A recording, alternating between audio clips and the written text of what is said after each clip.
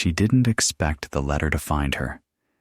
People like her weren't supposed to be located by anything official, not by mail carriers, not by bills, certainly not by inheritance notices.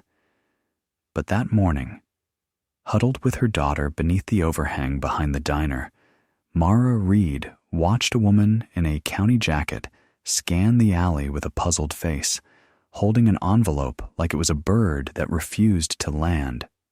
"Mara Reed?" she called, uncertain but determined. Mara froze. Lily, half wrapped in the patched sleeping bag they shared, tightened her grip on her mother's arm. The woman looked nothing like trouble, yet trouble often disguised itself in harmless clothing. "Who's asking?" Mara said, stepping forward just enough to block Lily with her body. The woman consulted the envelope again. "County Probate Office. I've been trying to reach you for 3 months." 3 months. That was the distance between summer and the first morning. The ground hardened beneath their feet. The woman extended the letter. "It's about your grandmother, Eliza Ward." The name hit like a faint echo from a childhood she rarely walked toward. Her grandmother's voice, her small mountain cabin, the smell of pine sap on skin. Memories that lived like moth wings, delicate, powdery, impossible to touch without losing something. Mara took the envelope slowly. "She passed?" she asked, already knowing the answer. 2 winters ago, the woman said. Her estate was delayed, complicated, but you're the last living heir. The property is yours now." The property. Mara nearly laughed, though nothing in her life was funny enough to deserve it. A property belonging to the grandmother who died poor, whose entire world was a sagging mountain shack and a stubborn old horse she insisted the county would never take. Mara had always believed her grandmother owned nothing at all. Loss had a way of teaching you that people like you inherited only debt, regret, and maybe the shape of someone else's mistakes. Yet here was a letter in her hand, something her grandmother left behind, something that might be shelter for a night or a week if the roof hadn't caved, something with a door her daughter could lock. She signed the delivery slip with fingers stiff from cold, thanked the woman, and tucked the letter carefully inside her coat. Lily leaned against her. "Where is it?" she whispered. Mara opened the envelope slowly, half expecting the paper to vanish. Inside was a simple document, the deed to a piece of land in the Appalachian foothills, near a mountain whose name she hadn't spoken aloud in years. The coordinates pulsed at her like a heartbeat. A handwritten note on yellowed county paper read, "Occupant rights valid. Beware structural weakness. Outbuilding condemned. No taxes owed until reassessment." It was the kind of bureaucratic warning that tried to sound helpful, but smelled slightly of doom. Still, it was a place that was hers. "We're going home," Mara said, though home wasn't a word she'd believed in for a long time. They gathered their things, 2 worn backpacks, 1 sleeping bag, a thrift store coat that barely remembered insulation, and boarded the bus with coins scraped from the emergency jar. Lily leaned her head on her mother's shoulder as the town shrank behind them, replaced by wide fields and a sky that looked like it didn't care who you were as long as you kept moving. Mara closed her eyes and let the motion steady her heartbeat. Going back to those mountains felt like walking into a memory she had abandoned deliberately, but the road didn't ask her to confess anything. It carried them upward, past barren trees, past clusters of houses sloping toward each other for warmth, past streams, with voices only the patient could hear. The bus rattled through the last paved stretch before climbing toward the foothills. By the time it stopped at the end of the route, a gravel turnout near an abandoned gas station, twilight had begun folding itself across the ridges. Mara slung their bags over her shoulder, took Lily's hand, and began the walk down the narrow mountain road she had last seen at 17. The air was sharper here, thinner in a way that forced you to breathe honestly. The forest rose in tall, quiet lines on either side. Lily's breath clouded in front of her, small but determined. "What was she like?" Lily asked. "Grandma Eliza?" Mara hesitated. "Stubborn," she said. "Kind in ways that didn't look like kindness. She believed the mountain taught you what you needed to learn." "What did you learn?" Lily asked. Mara let out a slow breath. "I didn't stay long enough to find out." It was true. She'd run from this place at 17, chasing work and escape and a future that didn't smell like damp timber and old ghost stories.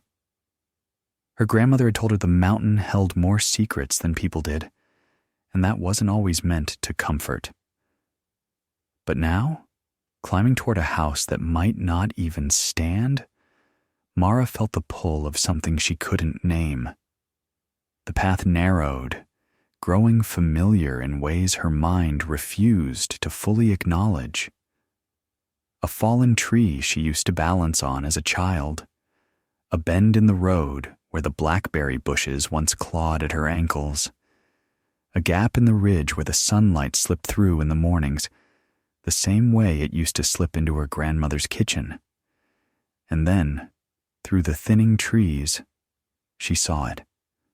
The house, if you could still call it that. The roof sagged like a tired shoulder. Boards curled away from the frame. The porch had surrendered to gravity years ago, collapsing into a sprawl of lumber and weeds. Windows were missing or broken, leaving dark squares where eyes should have been. "Mom," Lily whispered, gripping her sleeve. "It's really old." "It is," Mara said, "but it's ours." They approached cautiously, each step sinking into the damp soil. The house loomed, weather-beaten and proud in the way of things that refused to disappear. Mara pushed open the front door, half expecting it to protest, but it swung inward with a sigh, as though the house had been holding its breath for years and finally recognized someone worth releasing it for. Inside, dust drifted in shafts of fading light. The walls were lined with old wooden planks, their knots like patient eyes. The floor sagged but held. Lily walked in slowly, wide-eyed. "It's like a story," she said. "One with ghosts," Mara answered quietly, though not unkindly. The living room still held her grandmother's rocking chair, though its runners were cracked. A cast-iron stove hunched in the corner, rusted but intact. The air carried the faint smell of pine, earth, and time. It was cold, but not the biting cold of the alley. They were inside, and that alone felt like a miracle stitched together from scraps. Mara set their bags down near the stove and drew in a deep breath. "We'll make a fire," she said. "We'll be warm." They gathered fallen branches from just outside the door, snapping brittle sticks and easing them into the stove. The first spark took quickly, rising into a flame that flickered like hope finding footing. Warmth seeped slowly into the room. Lily curled up in the sleeping bag near the stove, while Mara explored the kitchen.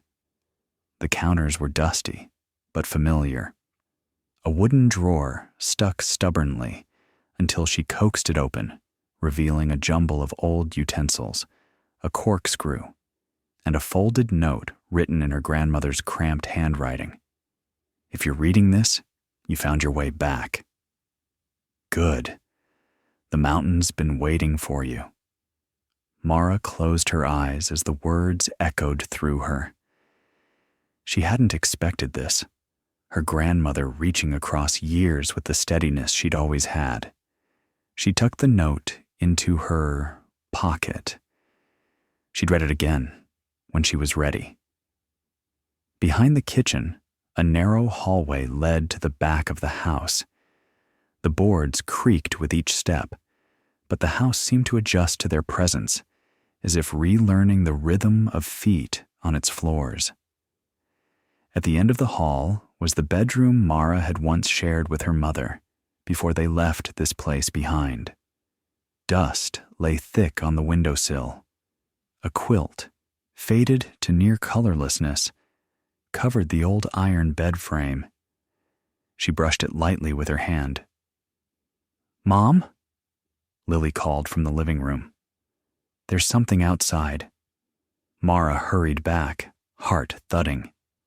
Through the cracked front window, she saw a shape moving slowly across the yard. Large, lumbering, familiar in an ache-deep way she couldn't immediately place.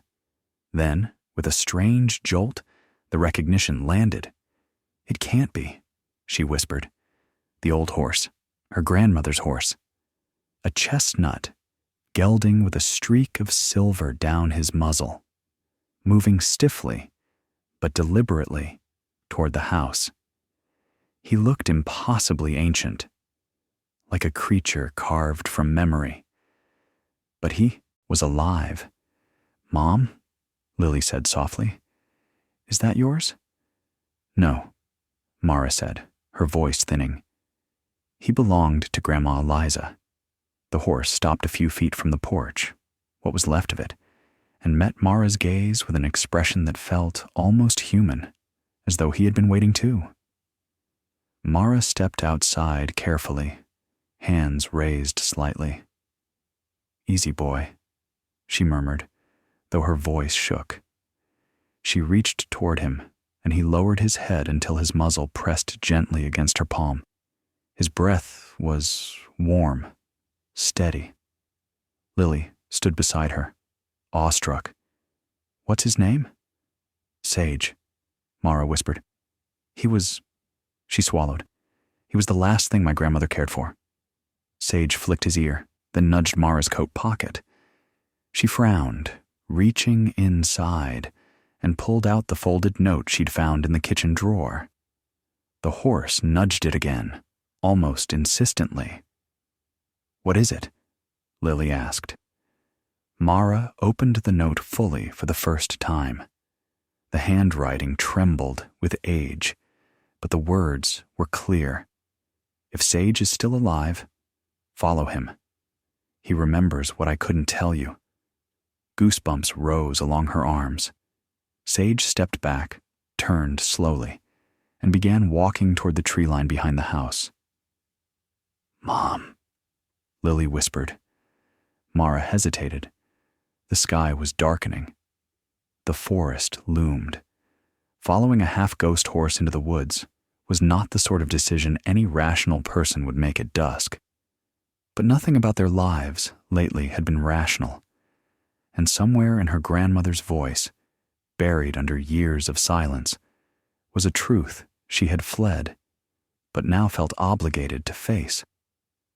"Grab your jacket," Mara said softly. "We're going with him." Lily ran inside, re-emerging moments later. The horse waited patiently at the edge of the woods, tail flicking. They followed him into the trees. The forest swallowed them quickly, its canopy blotting out the last of the light. Sage's steps were slow but deliberate, never straying from a winding trail that Mara only half remembered. "Did she hide something?" Lily whispered. "Maybe," Mara answered. "Or maybe she left something she knew I'd need." The woods grew thicker, the air colder. A fog drifted low along the ground like breath that refused to disperse. After several minutes, Sage stopped before a narrow clearing she'd forgotten existed. At its center stood a structure she had never seen before, or had blocked out of memory so entirely it felt new. A small outbuilding, stone, almost like a storage shed, but older than the house itself. Its wooden door hung crooked, marked with deep scratches that made Mara's skin tighten. "What is this place?" Lily asked. Mara didn't answer. Her grandmother had warned the county about this outbuilding. Condemned, the deed had said, yet it stood solid as a secret. She approached slowly. The door creaked as she pushed it open. The interior smelled of damp wood and rust, but beneath that was something else. Something metallic, faintly sweet, like old minerals. She raised her flashlight. The beam cut across a room full of crates stacked nearly to the rafters, each marked with the faded insignia of an old mining company that had gone bankrupt decades before she was born. Her heart raced. Her grandmother had always claimed the mining company stole something from the mountain and from their family. No one believed her. Not the county. Not the town. Not Mara's mother, who dragged her away from this place and told her to forget the ramblings of an old woman clinging to fairy tales. But these crates, were not fairy tales. They were evidence, proof. She stepped forward, brushing dust from the nearest crate. Lily hovered close. "Mom, what is it?" "I don't know," Mara whispered. "But whatever it is, she hid it for a reason." She found a rusted crowbar near the wall and wedged it under the crate's lid, forcing it open with a grunt. The wood cracked. The lid fell away. Inside, wrapped in canvas, were dozens of small metal cylinders, each stamped with a date and numbers. Not numbers, coordinates. Lily leaned closer. "What are those?" Mara lifted one carefully. It was surprisingly heavy. The metal felt warm despite the cold air. She had seen objects like this in documentaries, in old geological surveys, core samples, bedrock cores, geological profiles taken from deep beneath the mountain. She unwrapped another, and another, perfectly preserved, untouched, taken from a company that had, according to every official record, never drilled anywhere near her grandmother's land. Mara's pulse quickened. "Mom?" Lily asked quietly. "Why would she keep rocks?" Mara swallowed hard. "Because these aren't just rocks." Before she could continue, Sage snorted sharply behind them, ears pinned, muscles tensing. Mara turned. The horse backed away from the shed, nostrils flaring at the darkness beyond the trees. Something moved there. Not an animal, not wind. Something heavier, watching. Mara's breath caught. Whoever, or whatever, had been waiting was no longer patient, and her grandmother's secret was much bigger than a mountain's memory. "Lily," Mara whispered, gripping her daughter's hand. "We need to go. Now." Sage pawed the ground urgently. The forest grew unnervingly still. Mara shut the crate, grabbed the nearest core sample, and pulled Lily close as they stepped out into the cold air. Something cracked a branch in the darkness. Too deliberate. Too close. Mara's grandmother had warned her. The mountain teaches you what you need to learn. Tonight, the lesson was beginning, and someone else knew they were here. The house waited like a held breath. The forest pressed inward. Sage nudged them urgently toward the path. Mara didn't look back. She didn't need to. She could feel eyes in the trees, and her grandmother's voice pushing her forward. The secret had been found, and the mountain was no longer silent. Mara barely slept that night. Every time the house shifted, the sound felt like someone testing the floorboards. When wind moved through the trees, it seemed to whisper her name, reminding her that the mountain held more history than she could see. She dreamed in uneasy flashes, her grandmother hauling heavy crates alone, lanterns swinging, while men in company jackets turned away as if silence were part of their contract. When morning finally came, she rose exhausted, but Lily woke with the soft confidence of a child who believed that if her mother kept moving, everything might yet find balance. Frost coated the yard in pale crystals. Sage stood near the porch, breath puffing, ears pointed toward the tree line like a sentinel planted by the mountain itself. Mara brewed thin tea in a dented pot and set the wrapped core sample on the table beside the deed.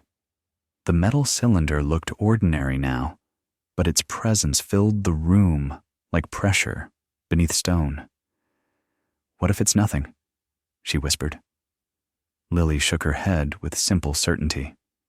"Grandma hid it. That means someone didn't want it found." Mara knew that truth carried weight, especially when buried deep. They had to find someone who could read the stone, someone the town wouldn't dismiss as quickly as they dismissed Eliza years ago. Mara wrapped the sample carefully in a towel, placing it in her backpack. Before leaving, she rested her palm against the kitchen wall. "Watch the place," she murmured. The wood stayed cool, but something about the house felt awake, as though listening. Sage followed them to the edge of the yard, then stopped deliberately, watching the tree line with the protective stillness of an animal that understood danger, lived in silence as much as in action. The road down the mountain was slick with wet leaves. They walked slowly, hands brushing occasionally as the morning fog thinned. Halfway down, Lily spoke. "If we fix this, will it fix Grandma's story?" Mara considered her words. "Maybe not fix," she said, "but make it heard." The town appeared below them, quiet, worn, familiar, but changed. Buildings sagged with age, and the air carried the scent of wood smoke mixed with old machinery. Mara felt exposed, carrying a truth no one had asked her to bring into daylight. But turning back wasn't an option anymore. The library smelled of old paper and dust, comforting, steady. The woman behind the desk, gray hair twisted into a clip, looked up sharply. "You look like you need answers, not directions," she said. Mara set the wrapped core on the desk. The woman's eyes widened as the towel fell away. "Haven't seen one of those in decades." When Mara explained they'd found crates full of them behind her grandmother's house, the librarian stiffened.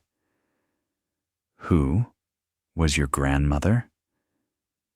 "Eliza Ward," Mara said softly. Recognition flickered in the woman's face, mixed with something like regret. "Eliza came here, once shouting about stolen land," the librarian said. "People thought she was unwell." Mara swallowed hard, remembering her own doubts years ago. "She wasn't," she said. "She just didn't know how to make people listen." The librarian nodded slowly. "Jim's here today. Retired geologist. Tuesdays are his map days."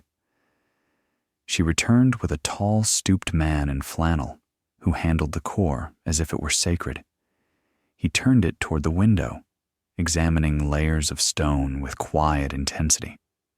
"You know where they claimed this came from?"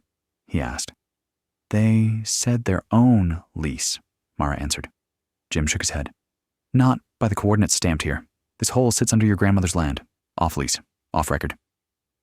He pointed to a pale band within the stone. Spodumene? Lithium? They knew this mountain held it. They drilled quietly. They hid it.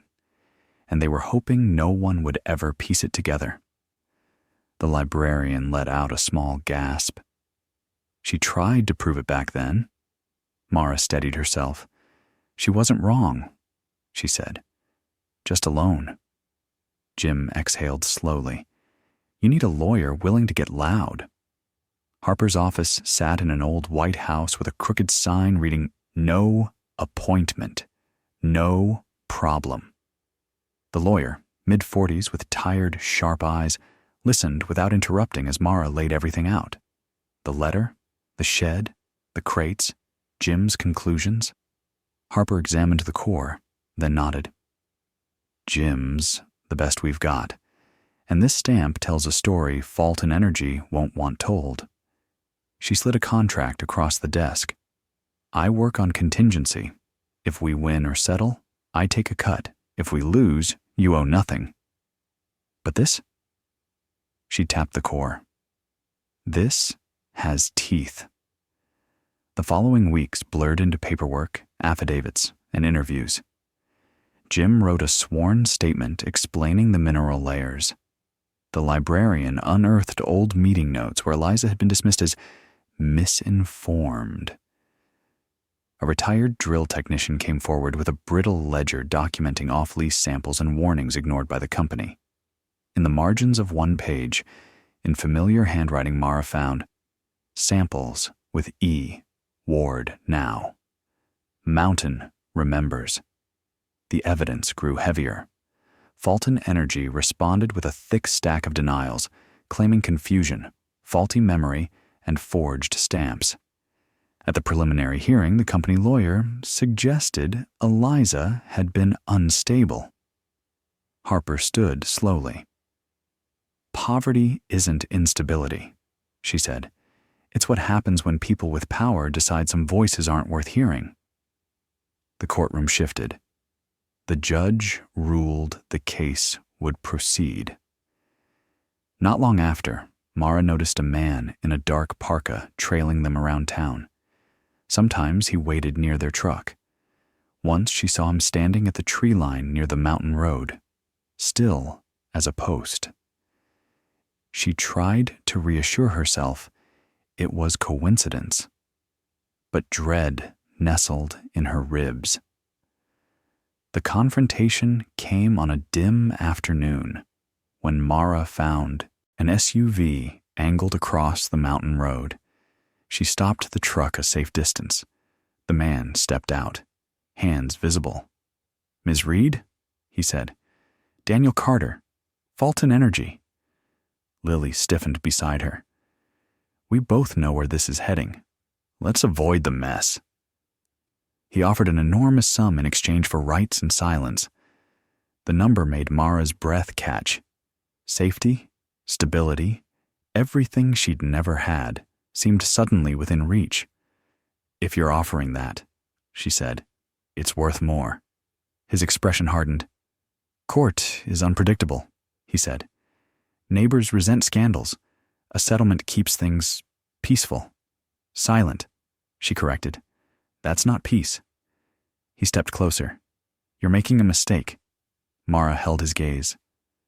"If I make one," she said, "it'll be mine." He moved aside, allowing her to pass. Sage met them in the yard, ears back, body taut.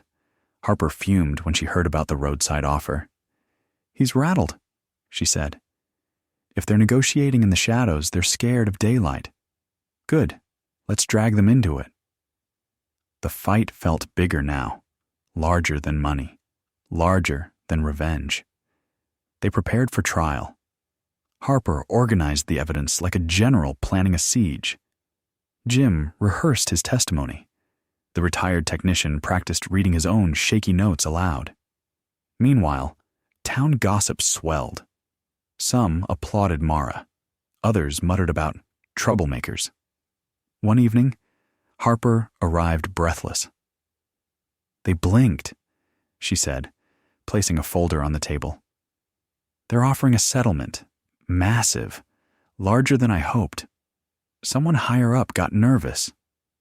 The figure was staggering, enough to change everything about how Mara and Lily lived, enough to protect the mountain for generations. "What do they want in return?" Mara asked. "Mineral rights," Harper said, "with restrictions.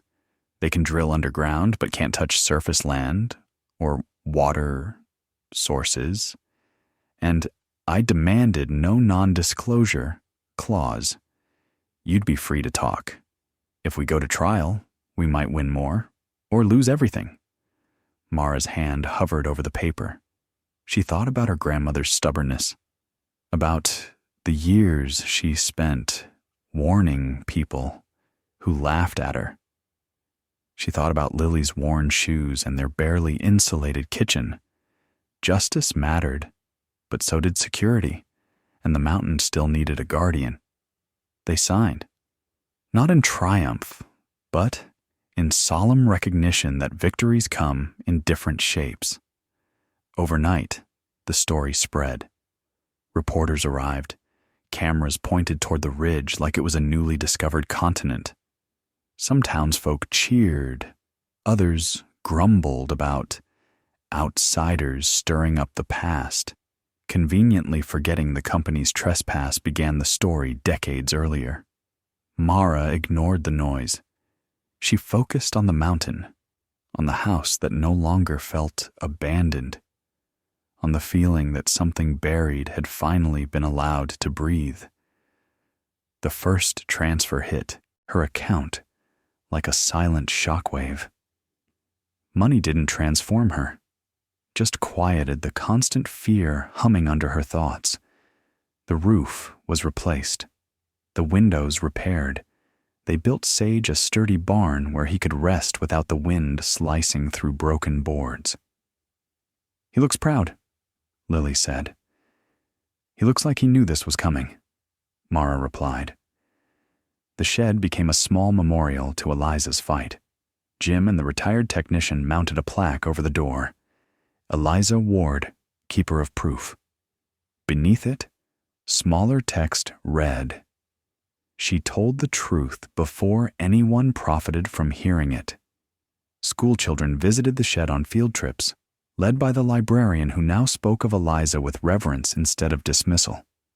She wasn't wrong, she told them. She was early.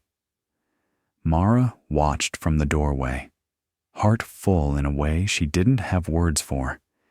Even people who once mocked Eliza now admitted she'd seen what they were too comfortable to face.